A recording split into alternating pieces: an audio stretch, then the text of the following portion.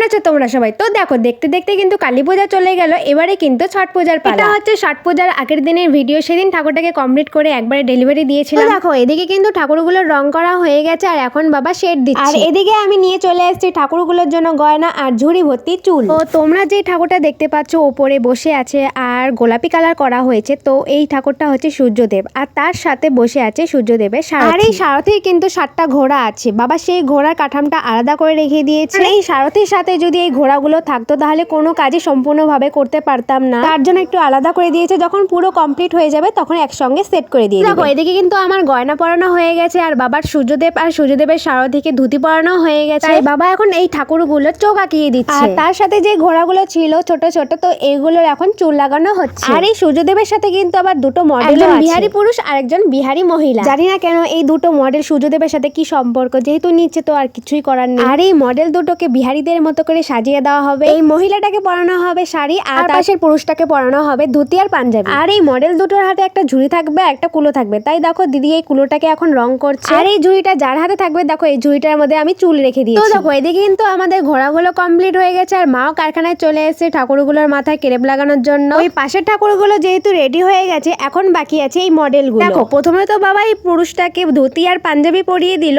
এখন বাবা এই মহিলাটাকে শাড়ি পরিয়ে দিচ্ছে। আর যেহেতু বাবা শাড়ি পরাতে ব্যস্ত আছে তাই আমি এই দুটো মডেলে চোখ আঁকিয়ে দিলাম। তার সাথে কিন্তু আমার মাও এই মডেলগুলো চুল লাগিয়ে দিচ্ছে। দেখো এদিকে কিন্তু আমাদের মডেলগুলো কমপ্লিট হয়ে গেছে আর তার সাথে ঠাকুরগুলো নিতেও চলে এসেছে। আর বাবা এখন এই মহিলাটার হাতে আর মুখে আবির লাগিয়ে দিচ্ছে। আমি যেমনটা বলেছিলাম যে একজন মহিলা একজন পুরুষ থাকবে, তাদের হাতে ঝুড়ি আর একটা কুলো থাকবে। তো দেখো এটা হচ্ছে তাদের ফাইনাল লুক। আর এই মডেলগুলোর সাথে কিন্তু আমাদের সূর্যদেব আর সূর্যদেবের সারথিও কিন্তু কমপ্লিট হয়ে গেছে। তো দেখো এখন কিন্তু বাবা সূর্যদেব আর সূর্যদেবের সারথির সাথে ঘোড়াগুলো একসঙ্গে রেখে দিয়েছে। কেমন লাগছে তোমরা কিন্তু অবশ্যই জানাবে। কালী পূজার পর থেকে ঠিকঠাক ভাবে আমি ভিডিওগুলো তোমাদের সাথে শেয়ার করতে পারছিলাম না। তোমাদেরকে তো বলেইছিলাম যে এখন বাবা কিন্তু কালী পুজোর পরে রাসের ঠাকুর বানাবে আর তার সাথে জগদ্ধাত্রী ঠাকুরও বানাবে। তাই এখন আমাদের বাড়িতে খুবই কাজের চাপ। তোমাদের সাথে আমি সবকিছুই অল্প অল্প করে শেয়ার করবো। তো আজকের মতো ভিডিও আমার এতটাই, দেখা হবে কাল।